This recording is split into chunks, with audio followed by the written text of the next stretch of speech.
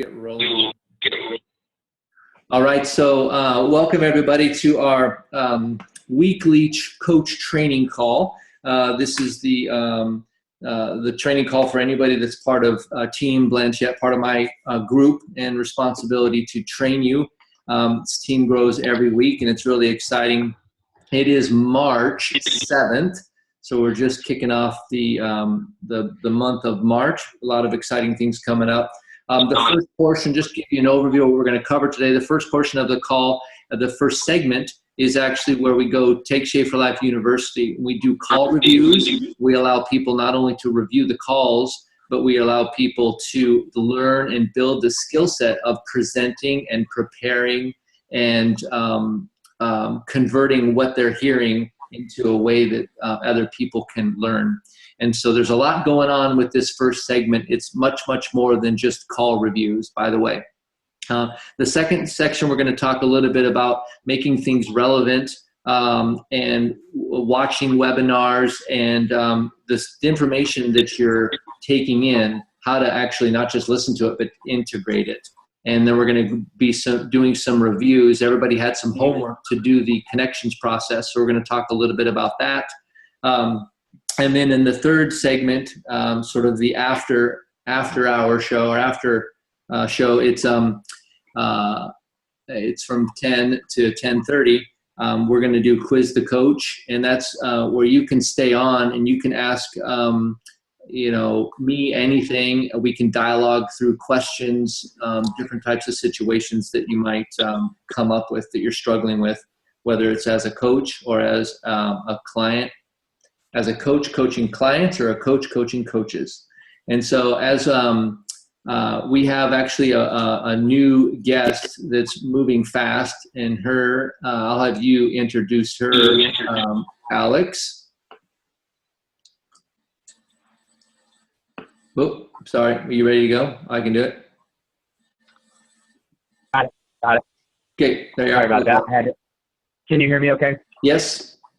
Yep, I switched to my phone. So, yeah, I'm really excited about this. I actually haven't had the chance to really meet Deanna as well. However, what she doesn't know is I talk all the time about her just because I'm so connected with who her business coach is and who her business leader is.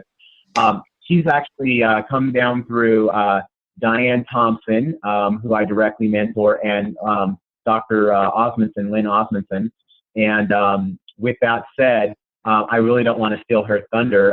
Deanna, it's so great to have you on this team meeting. If you could just tell us briefly kind of what you were doing before, what it was that's transformed for you, and why you decided to become a coach, and keep that in about a minute. We'd love to hear your story and where you're from. Oh, thank you so much, Alex. I really appreciate that. And I've had such an awesome leadership team helping me out.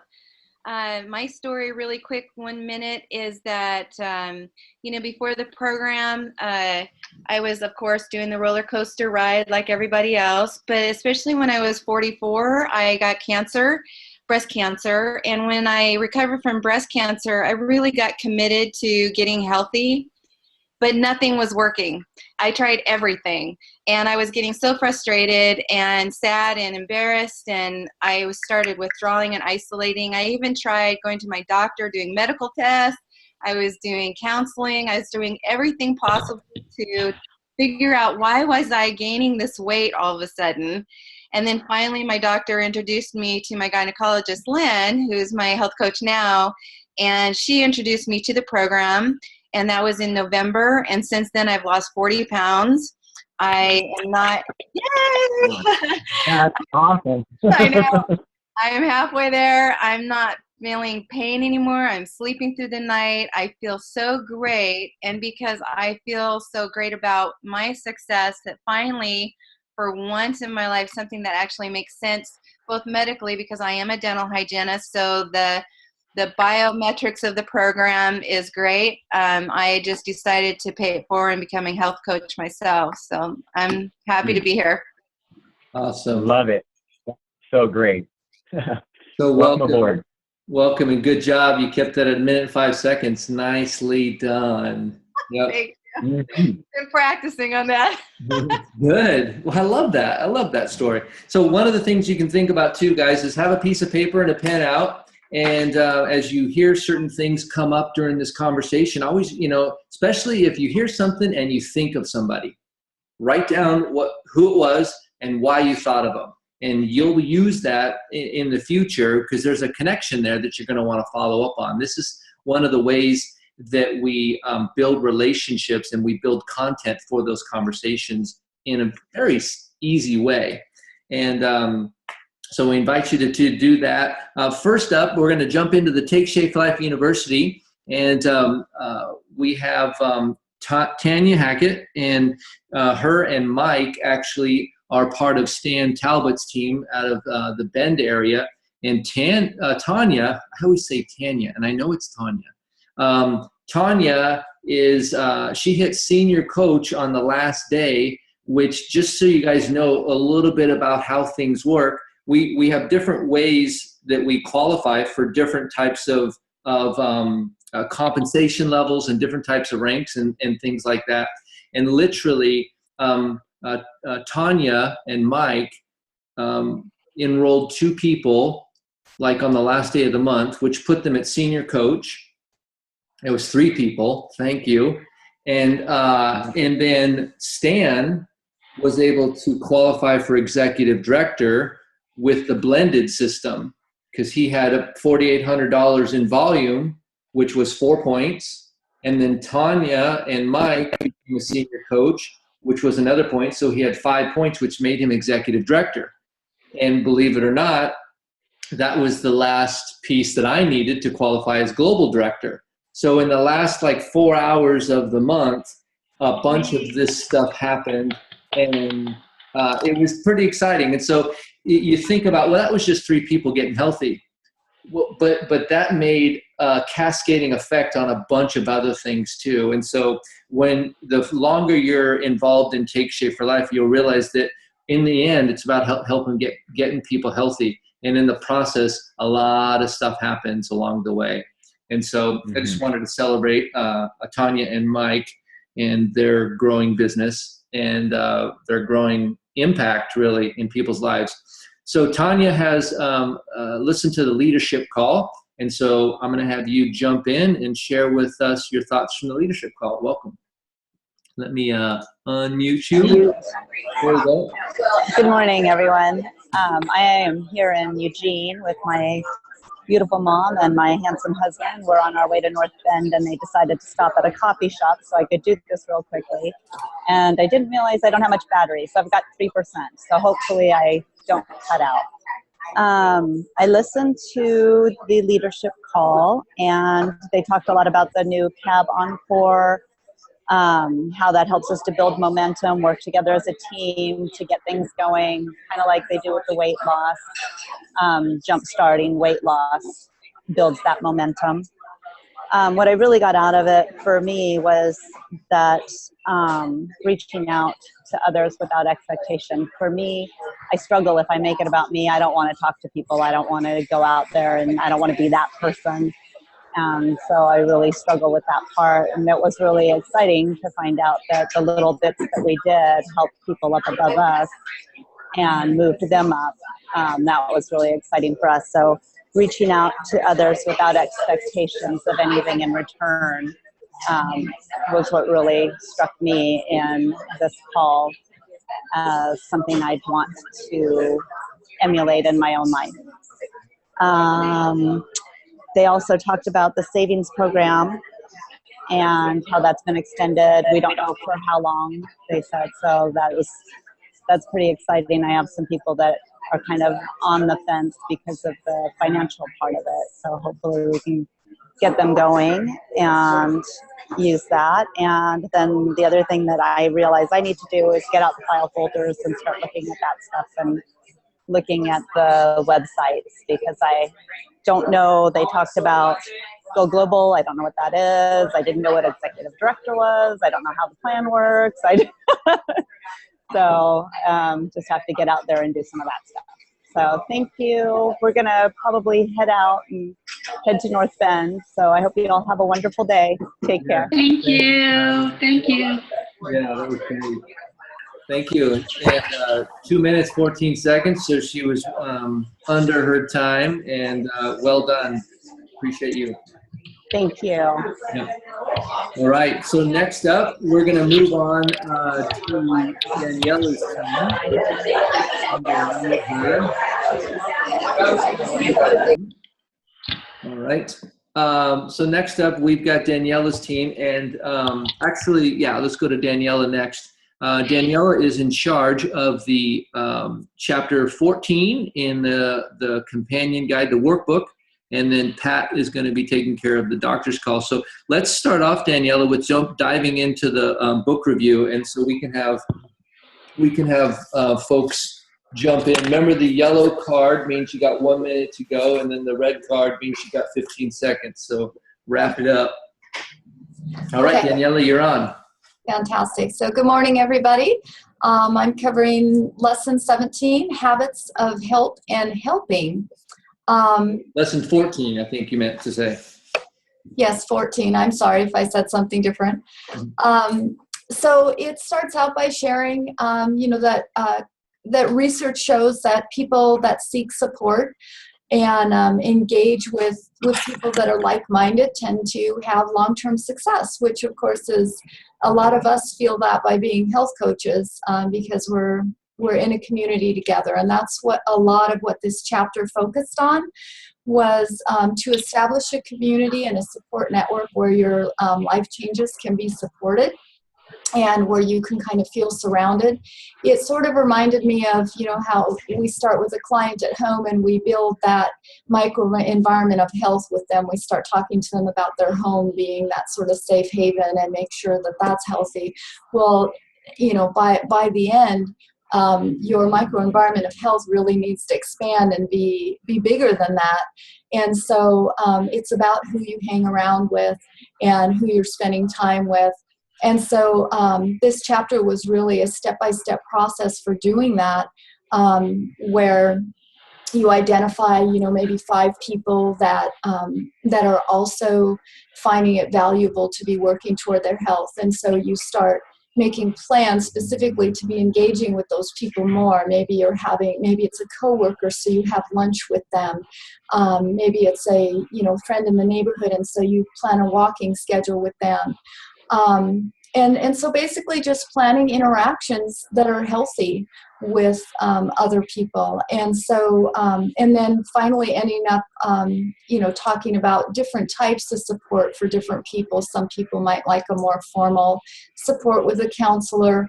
Also, a health coach was brought up, that was somebody that was uniquely for you and could be what you needed them to be if you communicate that well.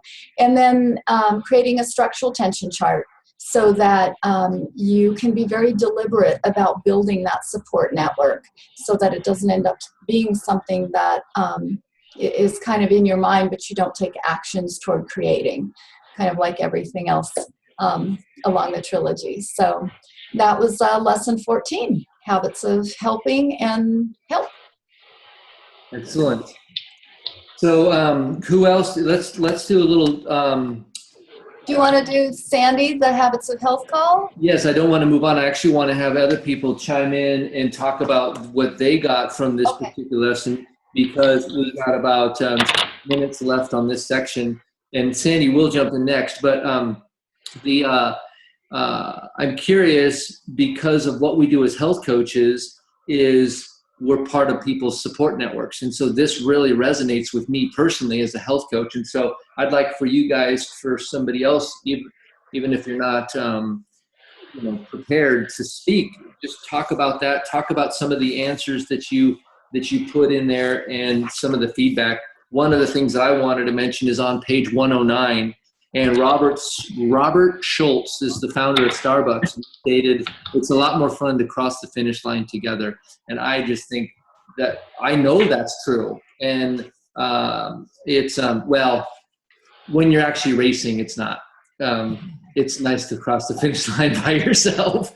But in every other finish line, it's good to cross it together. Yeah, I was going to say, Craig, I'm like, when you got that bronze medal, were you thinking that was so great to cross it together? No, I didn't. Sorry, bro. But the different kind of finish line. This is one that, we're running the same race, together. But so, who has some comments about what they personally took out of it, or maybe on page 108, list some of your support groups that interest you.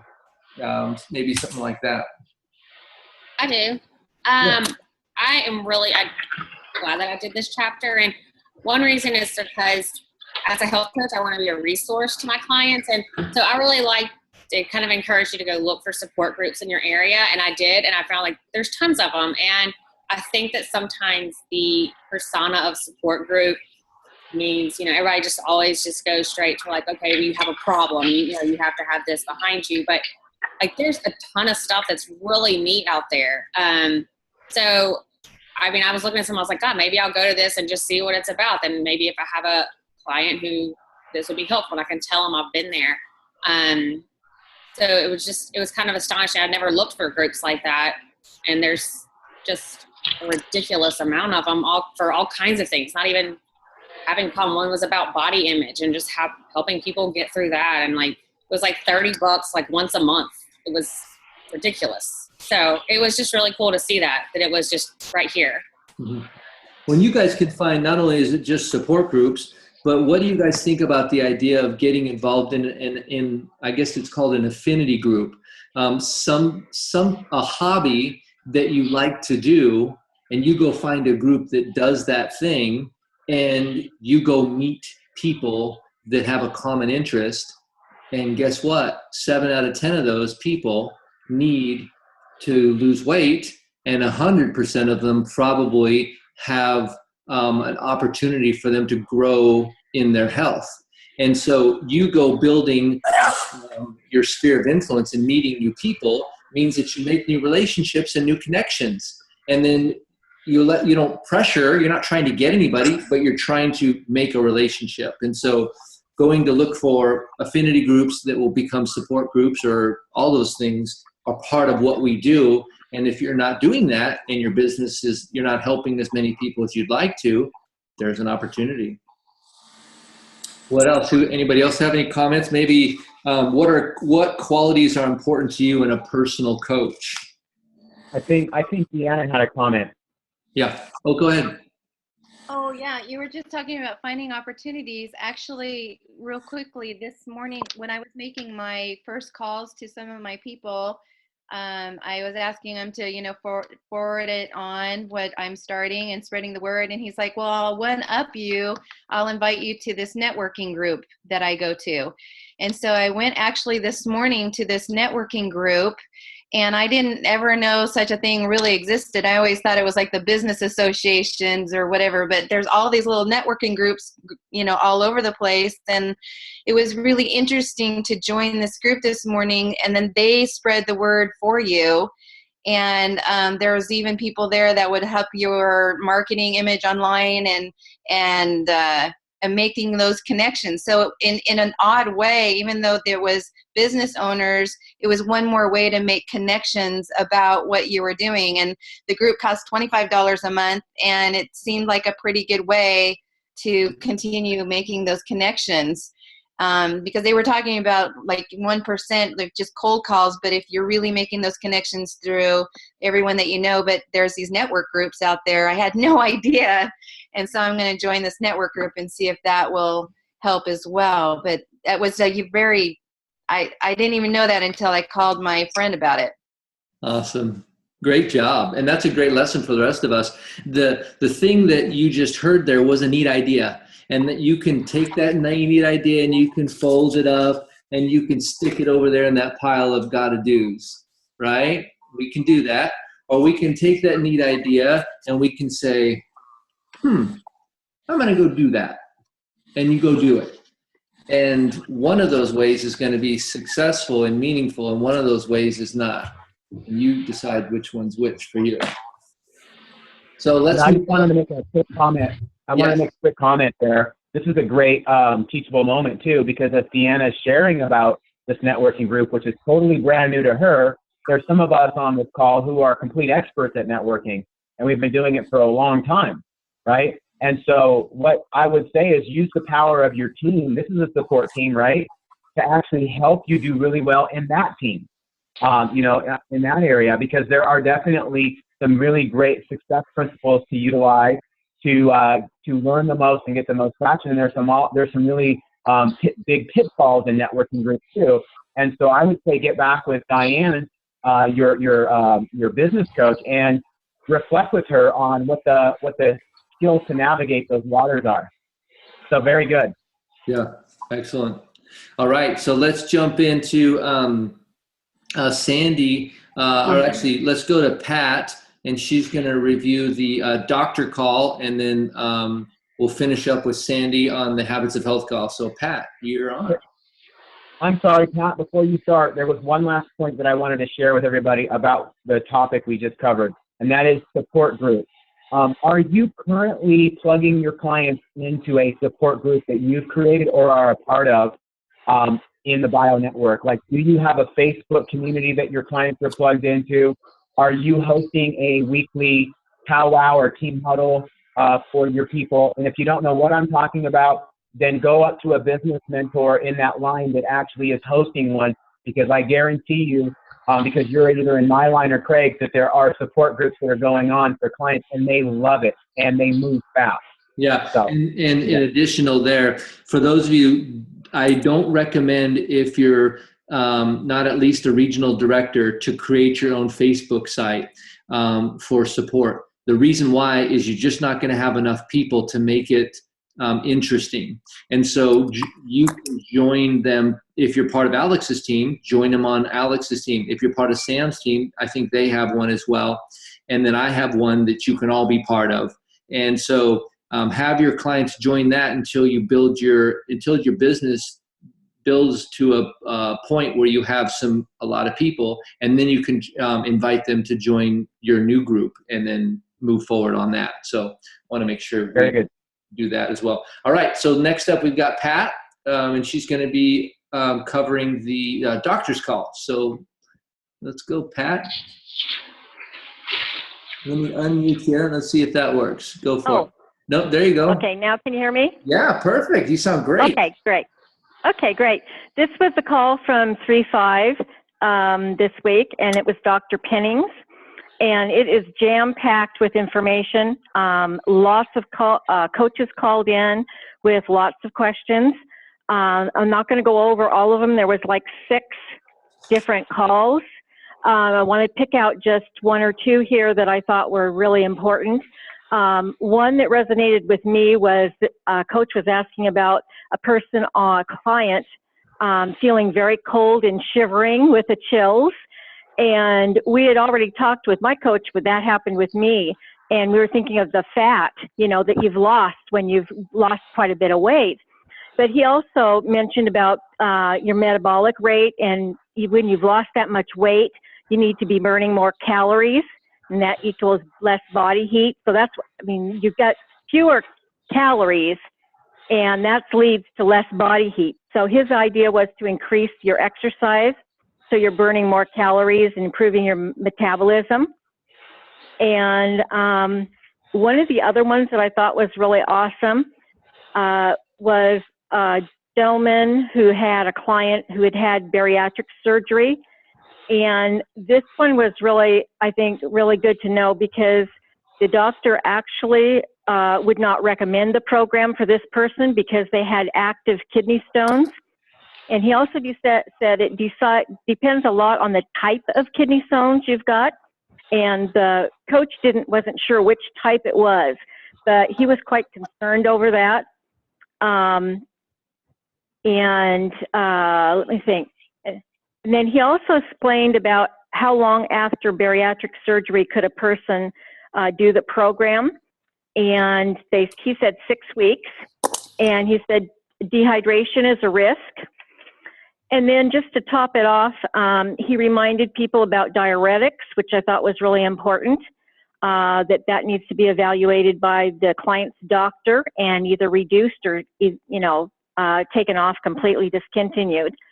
And then he talked also about electrolytes need to be checked because that could be fatal to somebody.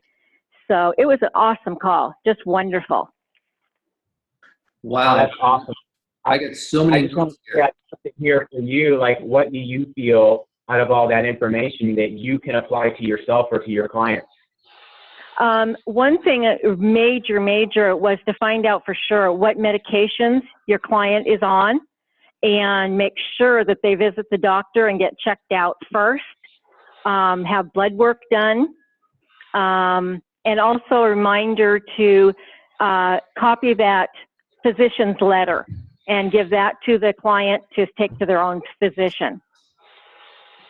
Wow. Incredible. Great job, Pat. Excellent. Loved it. Mm-hmm. And perfect. I just wanted to say the relevance on having the client talk with the doctor goes very far up when there's contraindications or medications that they're on. If you've got a 25-year-old person who's not trying to drop 15, 20 pounds, you of course want to say it's a good idea to consult your doctor physician when you're starting anything, just so you have that out. But do they need to go have blood work done? So I just want to make sure that we're not thinking we have to run every client through a blood work panel. Cool. Yeah. Yeah, I meant people who are on medications and stuff. Absolutely. Definitely had health problems. Yeah, if they're the main things that I look for as a coach is I see they're diabetic, so they're on insulin. Are they on high blood pressure pills? Are they on any type of blood thinners, Coumadin, warfarin? And this actually is all part of the questionnaire when you're going through the client profile. And so if they are those things, then you're going to want to have them contact their doctor. And the physician's guide, you can download that from the back office. It's also in the appendix A of Dr. A's Habits of Health book, which you can also find on habitsofhealth.net under the resources there. There's a bunch of stuff there directly from Dr. A. Awesome. Well, good stuff there. So last up here, we have got Sandy, and Sandy is going to be covering the Habits of Health call. And so welcome, Sandy. Let me unmute you. Yep, you did it. Good job. Okay. My call has been a couple weeks ago, and it was Lydia Wente, and it was on February 26th. And really what she is talking about is developing good habits, and what she compares our health habits to is the road home and making ruts in our road that stay. And what she transfers that to is to the brain, and that when we're making connections, we're building firmer connections. So she says her term is fired and wired. The more we fire up, the more wired we get to do the same thing over and over again. And comparing this to when you drive on a dusty road, you make ruts, but then the dust blows over them and you don't see them anymore. And so you drive again, and there's the ruts deeper, and each time you drive it, it's deeper. And so things that we maybe don't want to do, but we get ourselves to do, we make a decision, make a healthy choice, and exercise, for example, every day. That would be an example I would relate to say, the more that you do this and it becomes more of a habit, the more apt we are to continue. And of course, in a way, we know that's all just common sense. We all know that the more we do something, the more it becomes a habit. But the part of it that I thought was interesting and useful was the fact that really the patterns that it makes in the brain are more likely to stick. And there's some medical science behind all of this.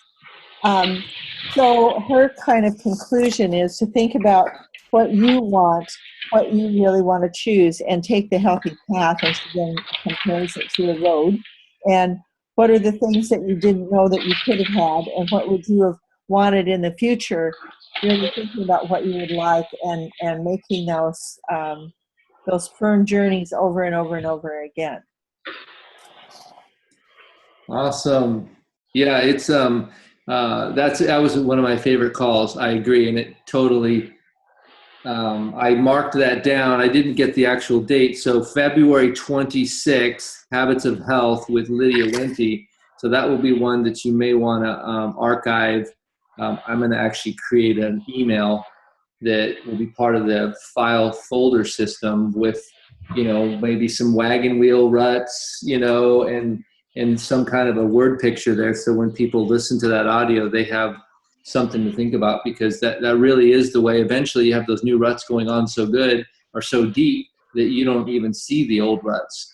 But that takes 2 to 5 years oftentimes, and people don't oftentimes give their brains enough time to change and to become the new person that they're trying to be.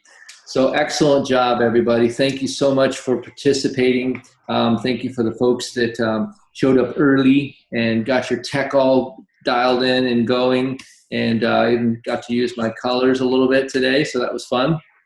We're going to jump in here to the next segment here, and what I want to do is, because we're running a little over time, I'm just going to briefly touch on when you're watching webinars and when you're taking your TSFL time each week, you want to figure out how you're spending that TSFL time.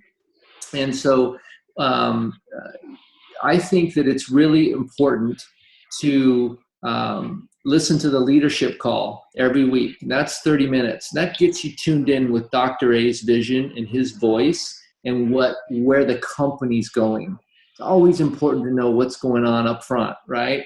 And then in addition to that, depending on where you're at as a coach, we have a live Wednesday night webinar, and then we have a bunch of archives. And so if you're struggling with, you're thinking about opening up something on Facebook, well, there's some webinars there on Facebook, and so basically talk with your mentor and figure out what the 2-step is for you. And the 2-step is you're going to go watch something, and then you're going to do something, and then you're going to reconnect with your mentor. And if you just keep it that simple, you will learn the dance of being an incredible health coach. And so work with your mentor on what to watch so that what you're doing is going to be relevant for what you need, and then reconnect and move forward from there. And so speaking of that, we all went through the process of making connections and using the connections process. And so I have a Jamil Frazier is a really cool global director, and he recorded a little video on how to build your story and make connections. And I thought it would be great for us to take about 5 minutes and just watch how he mentors some of his coaches on the connections process. And the thing what I love about Jamil is he's so non-flashy. He's like, he just doesn't seem to have any concepts. He's like, oh yeah, that makes sense. And he goes and does it. And he's just so cool. He's just a cool guy, right? And so I'm going to share my screen here, and we're going to watch. Before you actually play it, I just want to frame this up real quick for everybody. I saw this video yesterday, and a little background on Jamil. As Craig says, he's so cool, not because he tries to be cool. It's just part of his loving, giving, caring nature. What you want to know about this guy is that he's a real simple, to the point, caring person that as of a year ago just got started in State for Life, and within like an 8-month period of time built up to a global director level business. And now he's got a lot of depth and a lot of people getting healthy. He's young. He keeps it dialed in. And we're just going to watch a taste of this.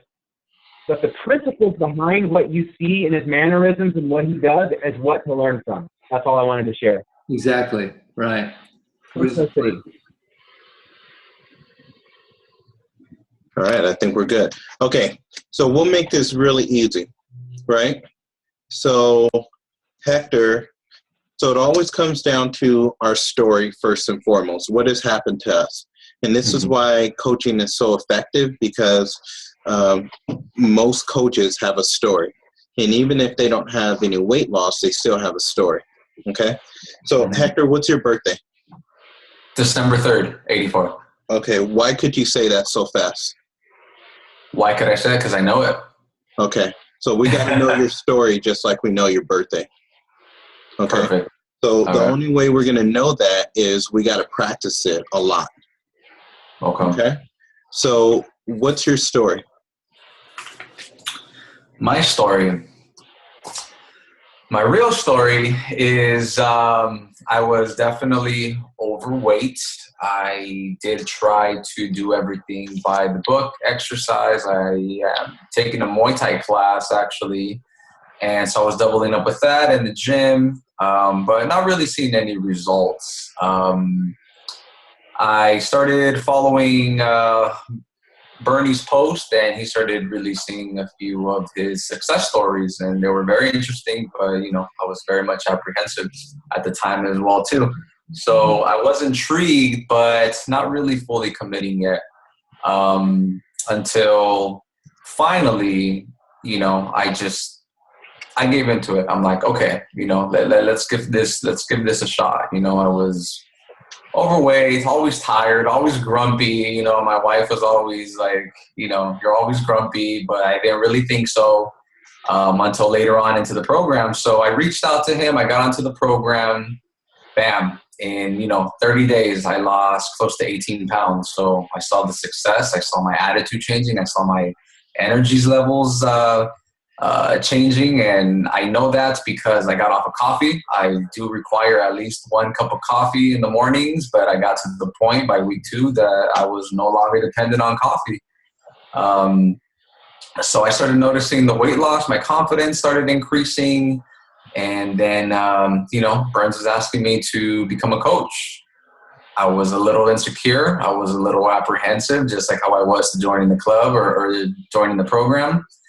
But he saw a lot of potential in me, so he definitely instilled a lot of inspiration in me, and it's something that I feel that I could do now, is just simply share this story here. So I became a coach with the intention to change my family, primarily my mother. She's definitely. I think that's on our end here. Let me see here. I'm going to mute everybody. Participants. Mute all.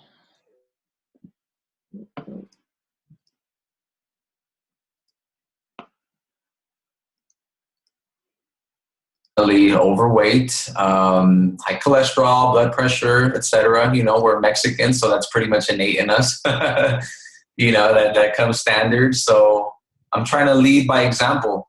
She definitely sees my wife and myself's results, so she's interested, and it's just a little bit, a little bit of a process that's gonna take place with her. So one of my biggest accomplishments was getting my mother-in-law. She was definitely like, no, I'm not going to do this at all. I can't do that. No way. And she was very firm about it. But now, she was my first client. We signed her up on Saturday. So I'm very excited about that. Right on. All right. So I'm going to make coaching so easy for everybody that's watching this. Okay. So you really don't need to know anything else, really, but besides what you just said. And it's so hard for coaches to believe me when I say that.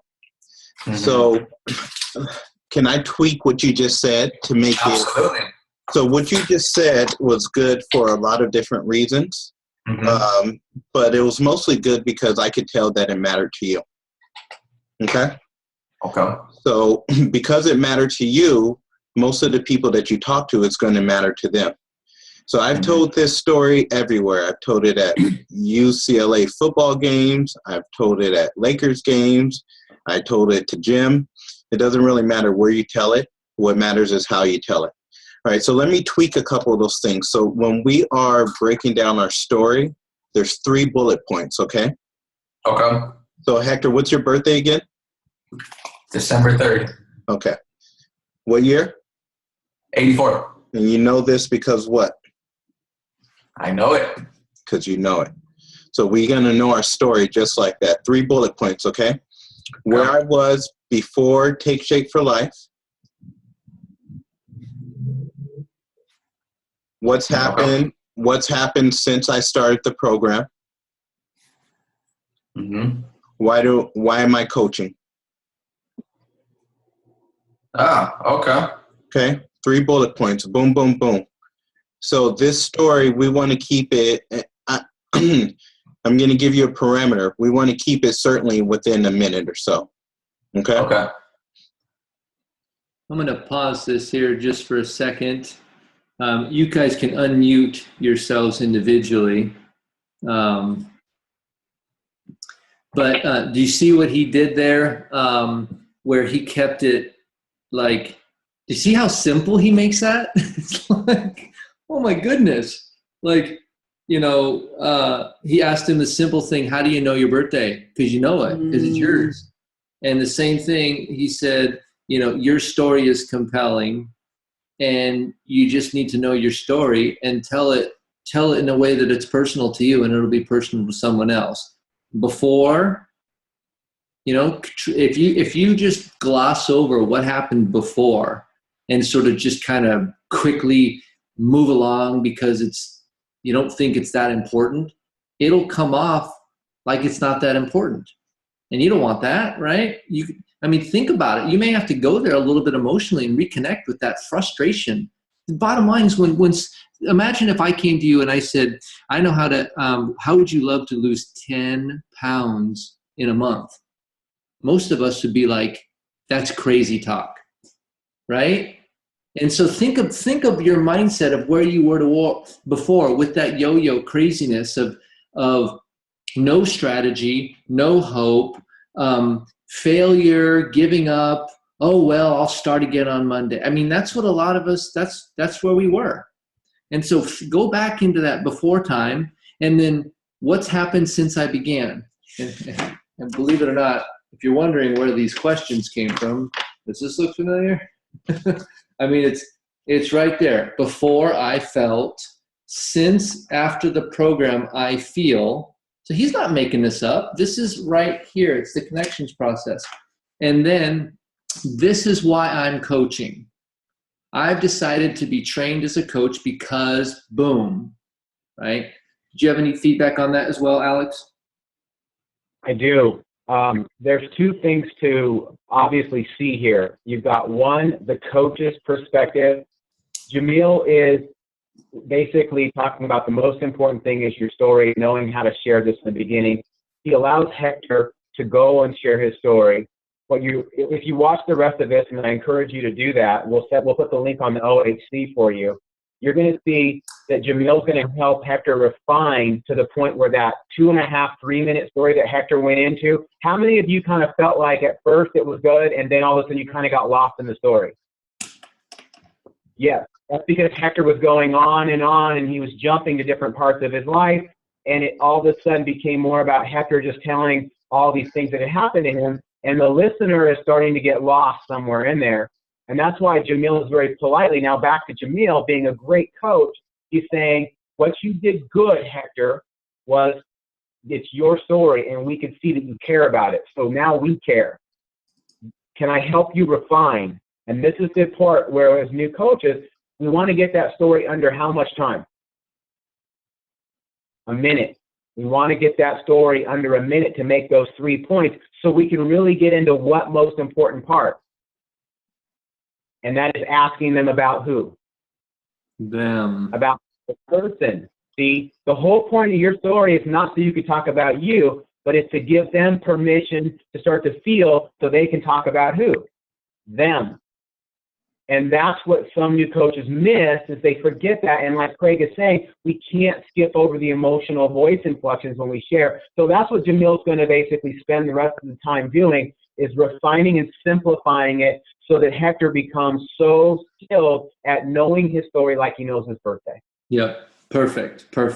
So moving on. So that was just a little taste of this process that works. It's the connection. It's teaching us how to become experts at relating with people. That's what we're learning here, folks. We're learning how to really be good at being friends with people. And it's sort of weird and sad that we have to do that, but why not? I mean, we have to learn how to do lots of things in our lives. Why not learn how to be a good friend and how to be a good listener and how to connect with people. You know, let's get good at that. What would be the downside to getting good at that? Think about it. It's not. There's no downside. And so I want to see. I issued a with the time we have left. We have about 10 minutes left, 8 minutes left, something like that. I want to talk. Last week I recommended we did a little role play where I read this, and we had Stan and Daniela did a role play, and then I did a role play as well. And a lot of people had big breakthroughs. And so what I asked you all to do is to read the connections process into some type of video recording and then watch yourself back.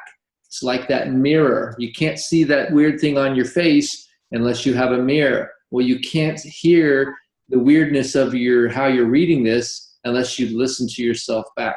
So who out of the people that did that, first of all, if you didn't do it, you have another week. And if you don't do it then, you've got another week. And you basically can wait as long as you want. I just want to tell you, if you do this, it's going to change everything for you. It really will. So out of the people that did it, who would like to share some things that they learned through that process? Go ahead and unmute your microphone and then tell us what you thought. Okay, Deanna, go for it. Just as a new health coach, you know, Diane's been working with me on this and Lynn has been working on this as well. And what I did, they had an idea to just put it up in my bathroom. I didn't have a chance to record myself, but I told it to all my friends and my family at first. And then every time, I know this sounds weird, but every time I went to the bathroom, I would read it and I'd read it over. And then I was on the mirror too, kind of by my optimal health chart. Like every time I go to the bathroom, I see my optimal goals. And so it's like subconscious. And then I've had so many opportunities this week where I've reconnected with friends. And for one, I feel better because I'm not isolating because I've lost weight. So I feel better to be more social. So then I've been able to off the cuff do my 1 minute and refine it. And the more I've practiced it, then I've been able to incorporate it. I've gotten so many contacts like, oh yeah, sure, send me my email. So now I have all these emails that I've sent out, but I don't know what to do with. It's like, okay, I sent them out, but now that's my next step. But it really works because I just said it over and over every time I went to the bathroom. That's so good. You know what? Yeah. I just took a note on something you said because you just told me what you need to learn next. You just told me. I don't know if you guys heard it, but I was listening. Like, you've done the first part, and now you want to know how to keep going, right? We know, and we're going to show you. So I love that. You know, awesome. Yes, who else? I got down. So good. You see, yes. what I want to show you, what I want to actually suggest is that because you were prepared, those same opportunities would have been there. But because you were prepared, you saw something you may not have seen. It's like Betsy, we talk about, she's in the jewelry business, and she says you could probably go out on a hike and walk over very, very precious gems all the time because you don't know what they look like in the raw form. She goes, I do, because I'm a professional jewelry person. And so the same thing is you're starting to look at what it looks like to work that into a conversation because you're building your craft. I just want to celebrate, really, just like, so good. Such a great story. Thank you. Thanks, Craig. Yep. Who else tested this? I did. Steve. Yes. I started doing this about 3 days ago, and I'm usually not a very emotional speaker. So I took the guide and I wrote out what I was going to say. And I practiced it a couple of times, and then recording it. Alex wanted me to record 5 times, and I did a couple times, and I was sort of happy with the way I came across because I really tried to act it out. And this morning I had a chance to try it in the office, and I talked to a woman who was already on another health plan, and she made that, we were just talking about losing weight. She looked at me, she said, wow, you're fantastic. I was telling her my story, and I got emotional. I did. I got very, very emotional. So I'm thinking that there's two levels of communicating this. There is the communication that's coming from right here and the communication that's coming from right there. And I think if your approach to this is from right here and you practice those words, I think that's the key to success with that. Mm-hmm. Excellent. That's so big. I just want to, for those of you who are on the phone who can't see what Steve did, was he said there are those who communicate with their head, and he pointed at his head, and then there are those who communicate from their heart. And when we learn to take it from our head to our heart, and I'm just going to close it off with some words that have resonated with me, people don't really care how much you know. They want to know how much you care. Then they want to know what you know. No, I thank you for that. That's great. Thank you, Steve. So we just saw two examples of people that took the dare and practiced it. And when you can probably tell the story when you were born, just as a May 14th, 1968, whatever, or you can maybe you can talk about the birth of one of your children, right? And you probably know that date really well too. And so there's a different aspect of telling information where it becomes personal and it's not just a date, but we want you to get to know your story so well and the elements of your story so well that part gets out of the way. And now you can focus on connecting with the other human being. That makes sense? All right. So we are at the top of the hour, 10 o'clock exactly. And so if you do need to go, you're welcome to go. We're going to switch into this third segment. But for next week, I would love you all to keep practicing the connections process. For those of you that recorded yourself, let's have you actually practice it with somebody. I see you, Martin, just a second. Actually practice it with some people, and we'll talk about that next week. And those of you that didn't record yourself yet, that would be your assignment to record somebody. You have something? Go ahead, Martin. And there's just something, it's kind of what Jamil and you and Alex were also talking about, is knowing your program so well. There's 3 bullet points, right? Before, current, and after. And so when you're practicing that, don't start from the beginning and go to the end. What year were you born? Well, 1984. How do you feel now? Tell your story from how you feel now. Go right to that part so you can know it, each section, and you don't have to go through it through your brain from top to bottom. You can go directly to, wow, this is what I did. Mm-hmm. All right. Yeah. So you learn the beginning point, the middle point, and the end point. Learn how to put them all together. Learn how to say them at with different choreography. Right. Then you know it so well, it doesn't. Well, Alex said he read this thing so much he got bored with it. Mm-hmm. Right. And so now he doesn't have to remember. And Deanna's going to get the same way. You're going to read that every day and you go, yeah, I know the connections. Eventually you're not going to have to read this anymore because you know it. And now instead of reading the music and learning the notes, now you're actually just playing. You're improvising. And that's what we want to get to. And we're going to be masters at telling our story that's relevant, that awakens something in somebody else. And they say, maybe it's my time. Let's do that. Yes, I want you to help me. I want to know more about that. That's where we're getting. And then that's when it all happens. We start to change. So, I just want to say when you hear a beautiful song, or you hear somebody who becomes like an overnight success and you're just like going, that is so beautiful, that's so amazing. Or when you hear Craig be able to speak with confidence the way he speaks, and when he won like the 21 world record, people are so admiring. But what they're not looking at is the admiring, the practice and the discipline and the work that goes in behind the scenes, right? All those beautiful songs came from somebody willing to not sound that great in the beginning. And by doing this over and over and over, That's what it is. So if you admire anything, like when you're talking to your business coach and you go, oh, you're just so perfect that I can never do that. The only reason why you can't do it is because of what? You just haven't had enough time yet. Yeah, you haven't had enough time and enough practice to build the confidence and the confidence. And that's all I really want to say is for as a team, let's put the time into the practice. And that's what you're seeing. I just out of curiosity out of Deanna and Steve, did you feel like it kind of got you a little bit of a breakthrough by having that opportunity to practice that over and over?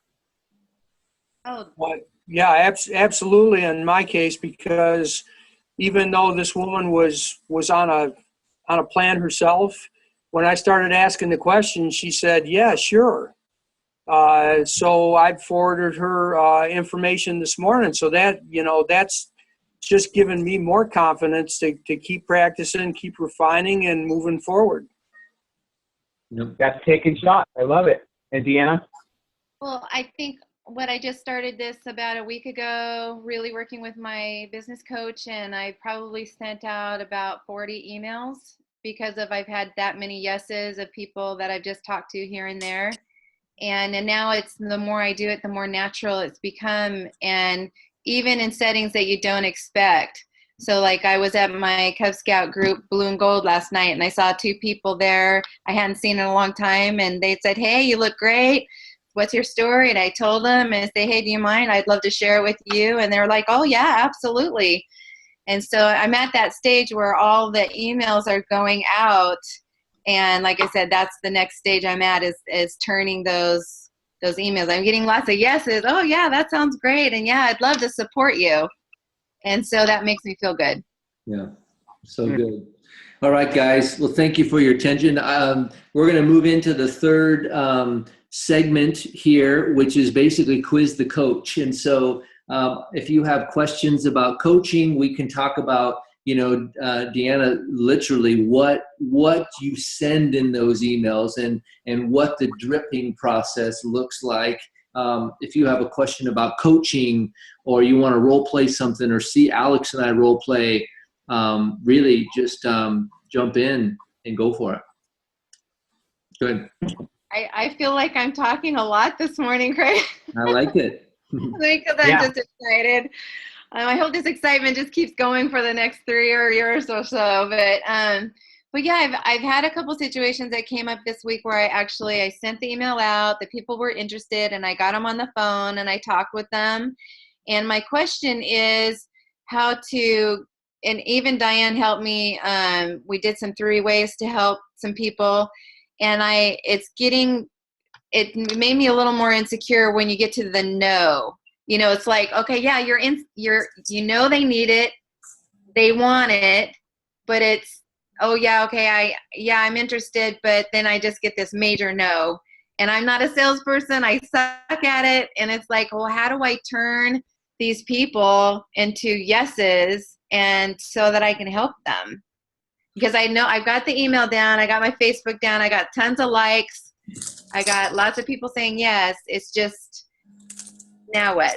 When I'm calling them to do the follow-up call, how do I get them engaged and saying yes? Well, what I would say in that process is you send them information. The information that I personally send them is the non-branded I Choose Optimal Health site. So they just get the basic information.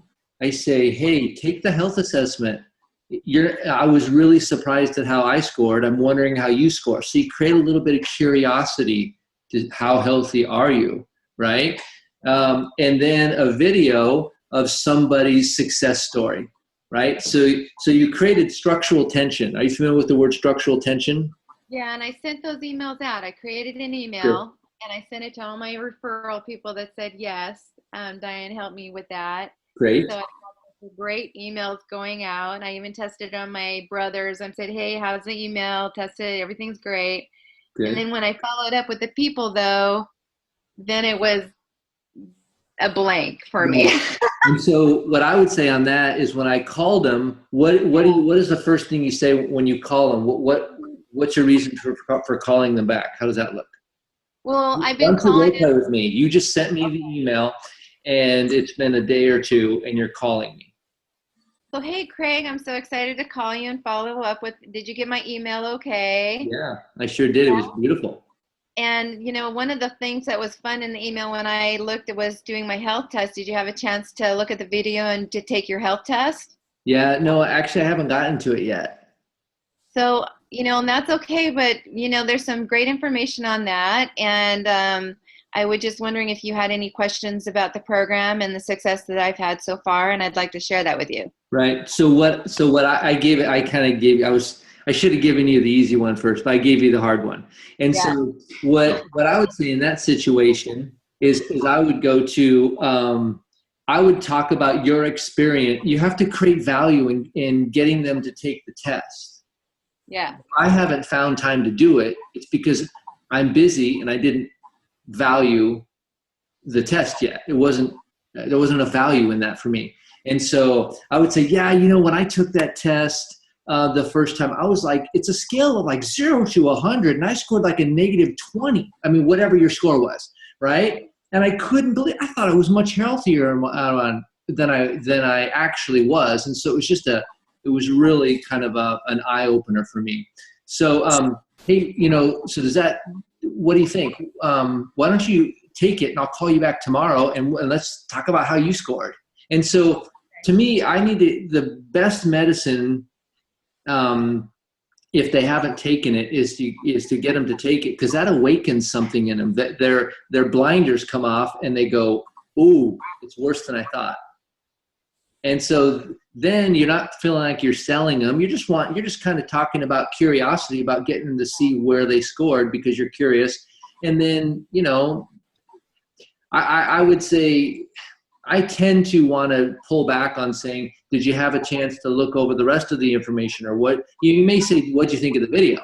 Because I think that video is awesome. And you're not trying to sell them on anything. You're trying to just engage them in the fun things that you sent, because you sent those specific things for specific reasons, and it was to awaken something inside of them. Right. And then so they say, well, how do I follow up in a couple of days? You got any plans this weekend? And then move on to something else. What are you doing for the weekend? And then just drip on them. When they're ready, they're ready. And it's almost like you don't really have to say, so can I have are you ready to order? I mean, sometimes you do, but do you have any feedback on that, Alex? Well, first off, I do. And so, Deanna, I have a question for you. Are you receiving that? Do you have questions about what was just shared? Say that again. I just first off wanted to ask you, are you receiving that information, or do you have any comments or questions of other stuff you want to share before I give you a little bit of an instruction as well? Yeah, that was great information about what Craig said about just asking them about their health, and hey, we can share it together, and I'll follow up with you. Yeah. It's not pressure. You're not trying to get them. You're just relating. Right. And it may take a couple more touches. It may take 9 or 10. Who knows? So. Okay. So here's what I want to really encourage. But I need to ask a question to you first. Can you hear me okay, Deanna? Yeah. Okay. The question really is, I'm going to put my speakerphone closer to me. My question really is, have you shared your story with this person yet by this point in time, or they just have an email from you at this point? All the people I've called and talked to personally first, and then I went through the connections list, and hey, can I send you an email to tell you what I'm doing? And while you're at it, if you think of anybody, you can forward it on to them. That script. Okay. Yeah. That's where you've got to. But have you got to the part where you're asking them, now, do they have any particular goals or anything that they're looking to achieve right now? Have you got to that part yet? Yeah. Okay. Well, a couple of people I did, like a couple of people asked them some of those interesting, like the interested question, like if you could see yourself at optimal health, what would that look like? Those questions that are on the connections page, I have asked a couple of them when I was talking to them in person. And actually one person actually said they actually, one of the questions resonated with them the whole next day, because she first said that I want to be 185. And then when I talked to her the next day, she said, actually, that resonated with me the whole day, that question you asked me. And I really actually want to be 155 pounds, and I do want to get healthy, and I do want to get on the diet. But then she still said no. Okay. You know? So I wanted to know if you were yet into those questions where you're actually identifying their needs, wants, and desires, because it's very important that for me, before I actually really want to send somebody a health quiz and really pressure them to give me a health quiz, I want to make sure that they actually have an interest in something about their health. I could just say, take the health quiz, which is great, and I'm glad that they have the information there, but I want to ask them too, while they're thinking, like as Craig was talking about what it meant for you. Wow, I was really shocked when I saw how this health quiz really had me wake up and look at some things. It was surprising. I'd love to see what you think about it. Like, that's awesome. And then to transition and say, so by the way, do you have any particular goals that you're working on right now? Okay. Or do you have any areas where you struggled or you're looking to see change in? It's just that little quick investigation question, because I want to see, is there anything that's relevant to them? Okay. Are you doing that at all? Are you asking them, do they have anything that they're looking to achieve, or do they know somebody who's looking? A couple of them I have, because I'm still at that stage. Like, today is my follow-up. Like, I sent a bunch of emails out, so I'm actually going to be following up the first time after I sent them the email. Mostly it's been that first conversation of just calling your contacts and letting them know what you're doing, sharing your story, and hey, would you mind sharing that? That's kind of the stage that I'm at. But I kind of wanted to get this down before I call. Now I've sent all the emails out. Today I'm calling them. I'm going to call my referral people and then the people that have shown interest. And I want to get that language down. Exactly, and that's what I want to help you do. So I'm just really refining right now at the point of, when you say you're getting a no, what are they saying no to? What question to you? Well, one of the no's was when Diane and I were talking to one guy.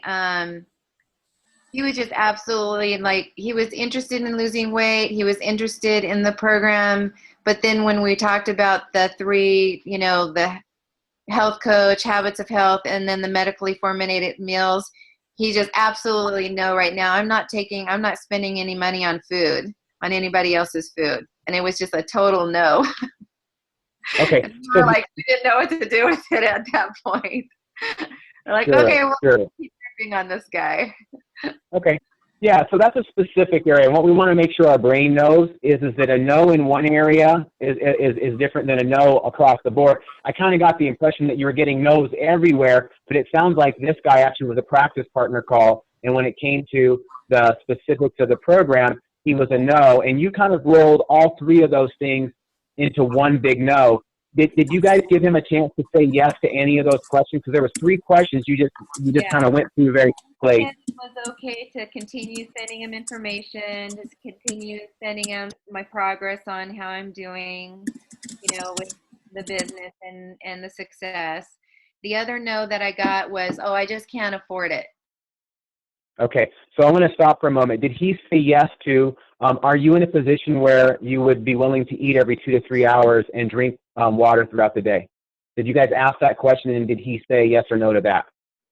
Oh my gosh, Diane's here. I can't remember if we asked him that question. I don't think. Okay. All right.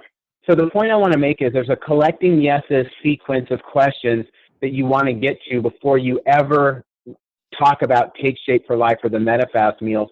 Because if they're a no to eating every 2 to 3 hours and drinking water to get down to their healthy weight, if they're a no to plugging into you once a week for 5 to 10 minutes for accountability so that you can offer support and guidance, and if they're a no to basically redirecting their food budget towards healthy foods that are going to help them get down to their healthy weight, then there's really no reason to go into the approach of Take Shape for Life, because they haven't yet given us those principles. So I want to just refine and go back to see that you guys are, and that you are knowing that you want to qualify their level of interest prior to you need to segment the questions basically. So with that said, I want to get an observer on this. What do you think about what I just said? And then Craig, I'd love to hear how this is coming across. So Deanna, what do you think about what I just said? And I know it's new for you, and then I'd love to hear Craig's feedback. Yeah, I think I still need some help on what you said about collecting the interest, you know, because I think I'm still confused on, I'm calling all my people that I know, letting them know that I'm doing it to spread the word out, that I'm sending the email, that I'm following up on the email. Yeah, that transition of, that's where I think I'm still losing it, like finding those good questions of finding your interest. And you make a good point, Alex, is finding, are they interested in, what level are they interested in, where they are at with their health right now. Okay, so I'm going to ask you to refine. I do want to hear Craig's response, but I'm going to ask you to understand a study I plus Q equals A. Does that ring a bell with you, those terms? I plus Q equals A? No. Okay, does anybody remember what those three things mean? I'm writing them down. Identify my approach. Yeah. So what if you get good at I plus Q equals A, which is all part of the connections process, the collecting yeses process, you can slow down your world and really relax and have a very enjoyable conversation with somebody. Because you don't want to get into take shape for life talk, which is the A, which is the approach, until you identify their needs, wants, pains, problems, or desires. You don't need to know all of them, but you need to at least have identified a want. Right? Is there something they're struggling with? That's a pain. Something that they tried over and over, that's a problem, right? They have a desire. Wow, I'm impressed by what you did, and wow, I sure would like, or, you know, boy, I'd sure like to get rid of this. Whatever it is, there's a want and a desire, you know. So you have to have something that you can continue the conversation, and then you want to qualify, which is the Q, their level of interest in doing something about that. And there's questions that we have which help qualify their level of interest. And just the nature of them answering questions conversationally with you is a good qualifier. If they're resistant and hesitant in those questions, they're still guarded. And you might want to know the art of asking some more questions, right? And then after you have qualified their level of interest, that you can see clearly what they want, their current reality is not what they want, they've uncovered some areas that they've struggled in that they would like support in, this then makes sense that you're going to take the approach. If they've passed all those litmus tests there, those basic tests, then we're going to talk about, would you like me to share with you how I did this and what program I'm using? You're asking a question for that. That's a key transitional question before you jump into the program. Okay. I'm going to stop there before I go any further. At this point, I'm going to encourage that we do some mentoring together with Diane on this. Okay, thanks, Alex. I appreciate it. All right, wonderful. Yeah. Was that helpful? Okay, please.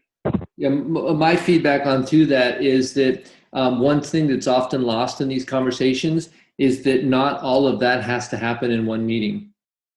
That could happen over 3 months.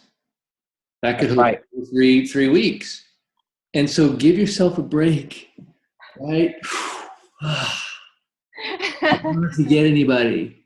What you do is just be friendly and learn. You may get to a certain point where you run out of a question and you're like, so did you see the American Idol last night? I mean, there's a question. Be real. I mean, don't forget, they're probably friends of yours and you know them somehow. And hey, we should get together next week when I have better questions and I've talked with my coach so I can do a little bit better job here. You know?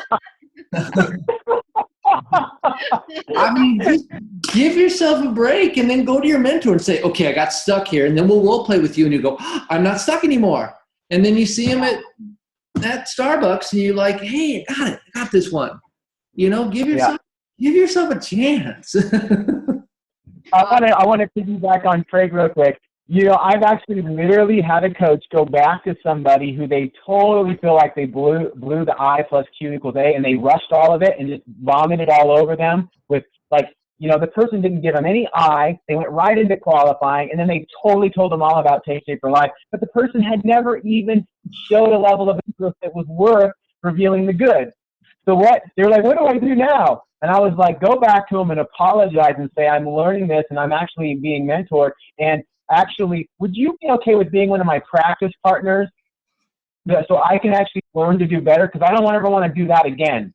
And they did that, and their friend agreed, and the person got on program because they had the three-way. So it's like, because they were properly identified, qualified, and Craig is so right. I plus Q equal A people over multiple conversations, because if they're not giving me the I, they're not identifying, there's no point to going to qualifying questions. There's no point. But then what happened is because they did allow me to send them those emails from time to time, then all of a sudden something peaks. And I follow up and say, hey, I just wanted to check and see if you have any questions. Yes, I do. Time for some Q now. Qualifying their level of interest, because there is one there.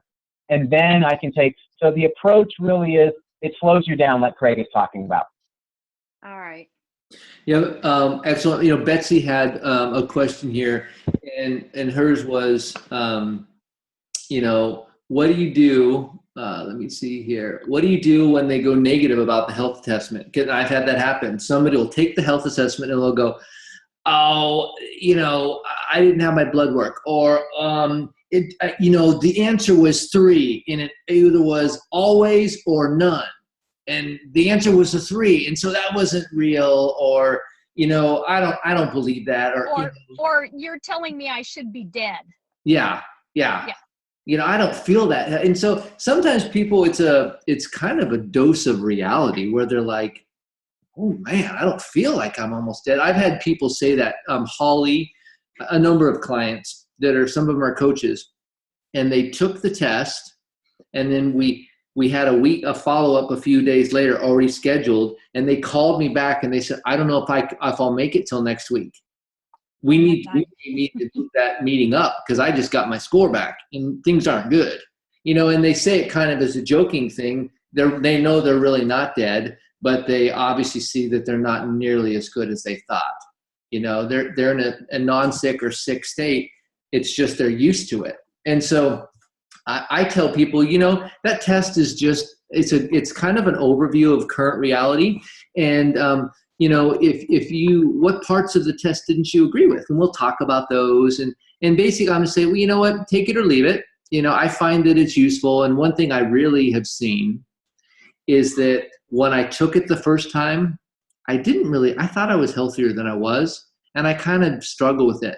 But then I actually started to read this book, and I connected with my coach, and I decided to go ahead and let him help me. And I started learning things. And when I took that test the second time, guess what? My number was different.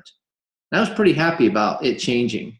And then I took it a third time, and I was over 100, and I couldn't believe it. It was 117. And I thought, boy, did things change, you know? And so I can cast some vision for, yeah, I didn't really like it too. You know, take it or leave it.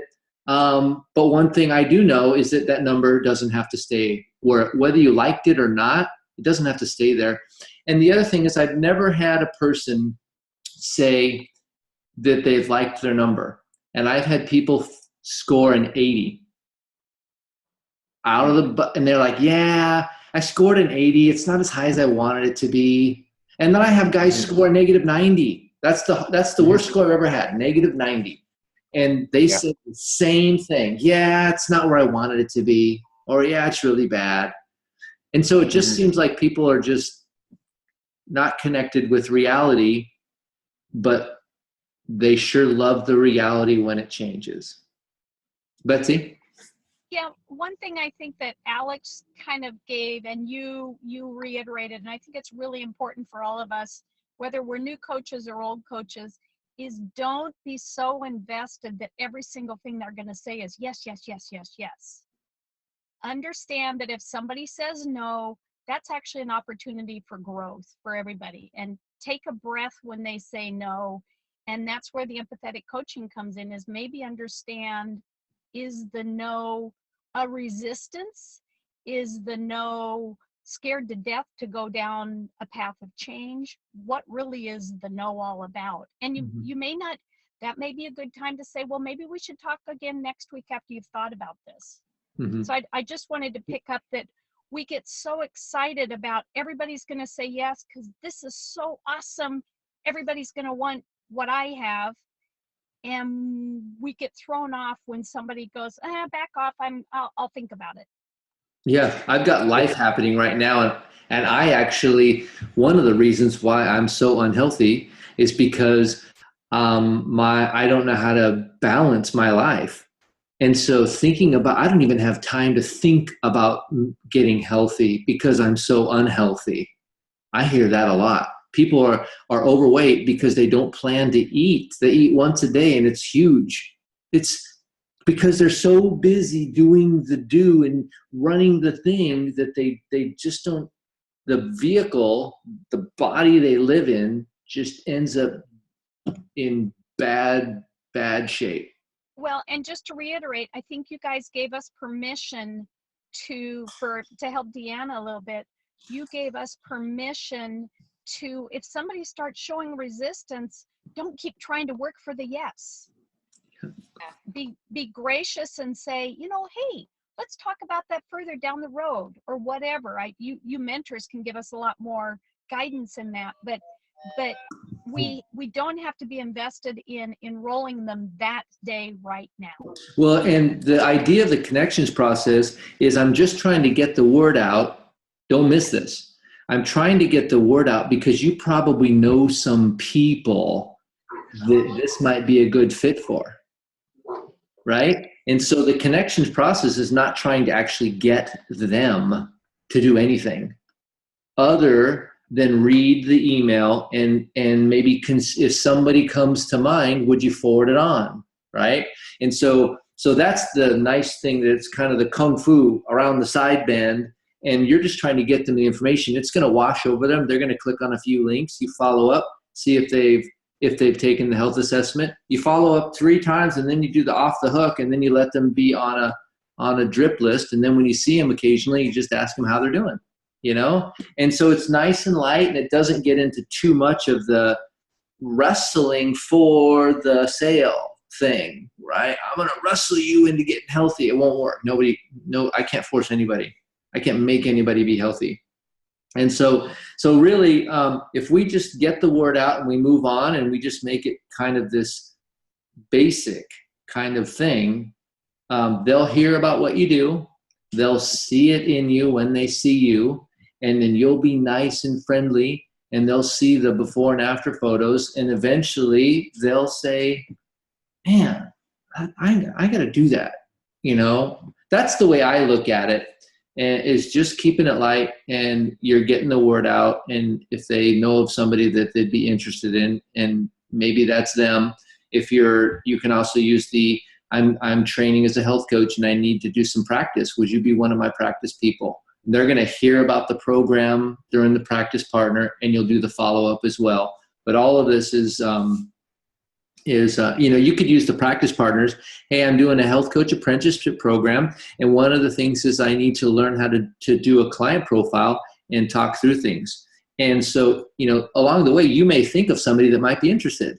And so maybe you can forward my information to them. So I just took the practice partners and stuck it into the connections process.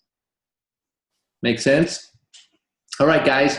Well, that's a very lively conversation today. Thank you for your attention. I encourage you guys to continue growing. I'm going to follow up with you, Deanna, today, probably right when we're done here, and we'll talk about kind of how to move forward with your next steps. So thank you all for your attention. Thanks. Good job, Steve. Thanks, Betsy and Pat and Martin, for all the contributions you made today.